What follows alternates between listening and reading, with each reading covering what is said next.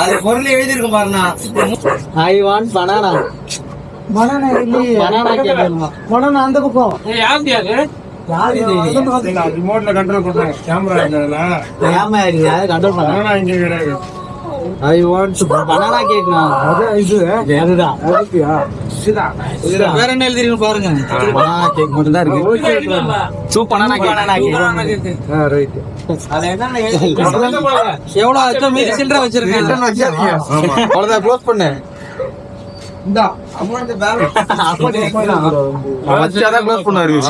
உள்ள வேணா உள்ள வா. இந்த மாதிரி வாங்கி காட்டுங்க. Okay okay. ஆஃபி.